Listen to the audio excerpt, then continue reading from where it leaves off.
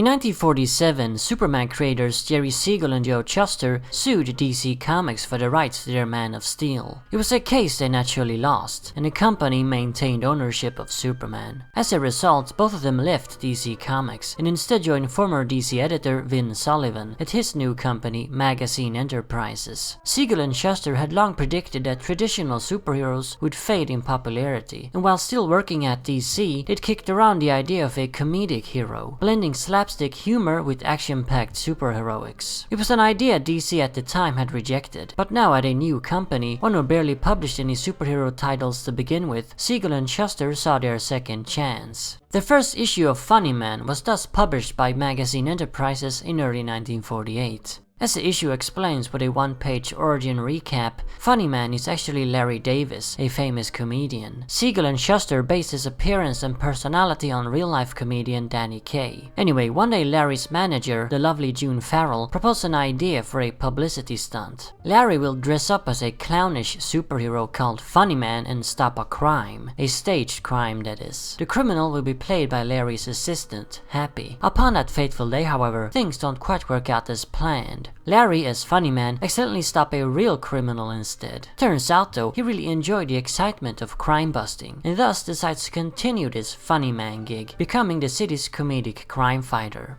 In the following issues, Funnyman continued his slapstick crusade against crime, and the mythos was further expanded and explored. For instance, in the second issue we learned that the city Funnyman operates in is called Empire City. We were also introduced to the Jet Jalopy, Funnyman's version of the Batmobile, although even more advanced. A flying car with voice control and various other comedic functions. A second vehicle called the Trick Cycle was later introduced as well. It was also revealed that June actually had romantic feelings for Larry, and it was clear she was being set up as Funnyman's main love interest. One big difference between her and other love interests was that she knew Funnyman's true identity. In fact, the running plot point was June trying to stop Larry from his Funnyman antics. She resented his second career as a superhero, fearing he'd get himself hurt or even killed. So here for once, we had a gal who loved the man and not the costume. Maybe not so strange when you have a costume like that. Another supporting character in the Funnyman stories was Sergeant Harrigan, a grumpy Empire City policeman. Unlike Commissioner Gordon, who's Batman's greatest ally, Harrigan hated Funnyman. He simply couldn't sanction Funnyman's buffoonery and wanted nothing but to throw him in jail. A running gag featured the two competing over who could apprehend the villain first, which Harrigan always lost.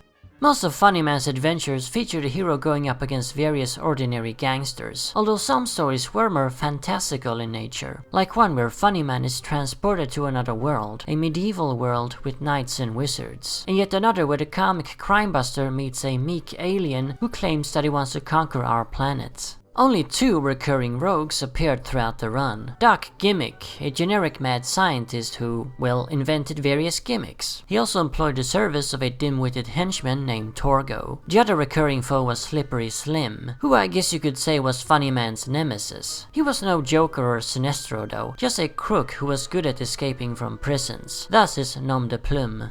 Like Siegel and Shuster had set out to do, all Funnyman stories were very comedic in nature. Besides jokey dialogue, they featured a lot of slapstick humor, and Larry, a pretty clumsy guy, often solved his cases on accident. He was also portrayed as a pretty daffy character who cared very little for his own safe being. Larry almost seemed to have a death wish, the way he charged into battle, reacting to mortal danger with nothing but laughs and quips. He was basically a Looney Tune who happened to be fighting crime. Among his nicknames were the comic crimebuster, the Goofy Gumshoe, and the Daffy Daredevil.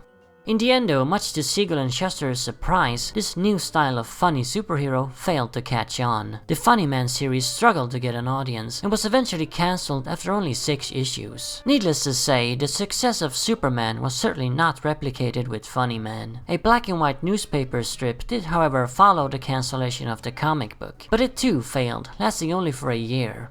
And that, my friends, is the last we ever saw of Larry Davis, aka the Funnyman. He has not made a single appearance since then. Magazine Enterprises itself was also made defunct in 1958, and all of its properties thus fell into the public domain. So this is the first non-DC or Marvel character I've ever covered on this channel, and there's more of that to come. It's kinda crazy to think how many comic book companies used to exist back in the golden age. All American Comics, Fox Comics, Quality Comics, and so on. Comic book companies that are completely forgotten now. And of course, as are their heroes and villains. On the bright side though, this leaves me lots to work with. Anyway, Funnyman, Superman's unknown brother. I find it very interesting that he's nothing like the Man of Steel. Instead, he's basically a cross between Batman and the Joker. He's an ordinary man with no powers, instead relying on various weapons, gadgets, and vehicles. What a contrast compared to the mighty Superman. Although I suppose Siegel and Shuster did this on purpose. After all, they didn't want to emulate Superman. They wanted something very different, something new. And Funnyman is different. He's basically the Marx Brothers as superheroes. It was a pretty bold idea, and I can see why they thought it would be a success. It wasn't a success though, but why wasn't it? On paper, a joke-themed superhero sounds great. After all, there are so many joke-themed supervillains. Why wouldn't a joke-themed superhero work? Honestly, I don't really know the answer. Nowadays we have Deadpool and such, so clearly it did catch on eventually. Maybe Funnyman was ahead of his time. Maybe magazine enterprises failed to market the character properly. Maybe the writing just wasn't funny enough. Humor is very subjective, and personally, I don't find any of the Funnyman stories that funny. Some had a few clever jokes, and the overall tone was fun, but I never laughed out loud. It could be just me though, or maybe not. Maybe Funnyman didn't have cool enough villains. Villains are very important. What would Batman and Spider-Man be without their rogues? Funnyman's villains just suck. Doc Gimmick and Slippery Slim are frankly pathetic attempts at rogues. But maybe they're meant to be pathetic. It's a comedy after all. Maybe Doc Gimmick is supposed to be a parody of the typical mad scientist. He could be. I don't know.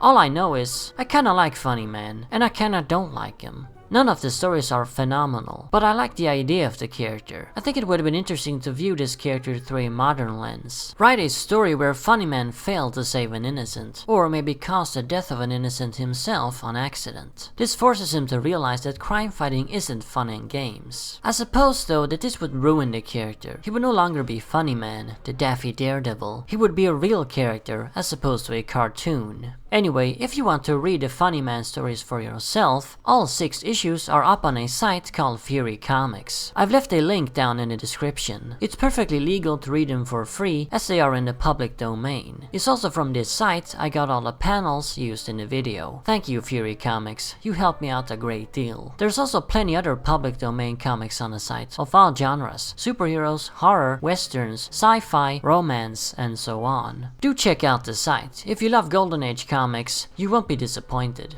Also, a book was written on the subject of Funnyman, recounting the entire story behind the character's creation as well as his premature downfall. I've left a link in the description for that as well. Let me know in the comments if you knew this character even existed, and if so, what do you think of this oddball? Also, if you have any other forgotten heroes and villains you'd like me to do, let me know in the comments. And as always, remember, Arkham Asylum awaits you in the next video. Yes, I'm still doing that.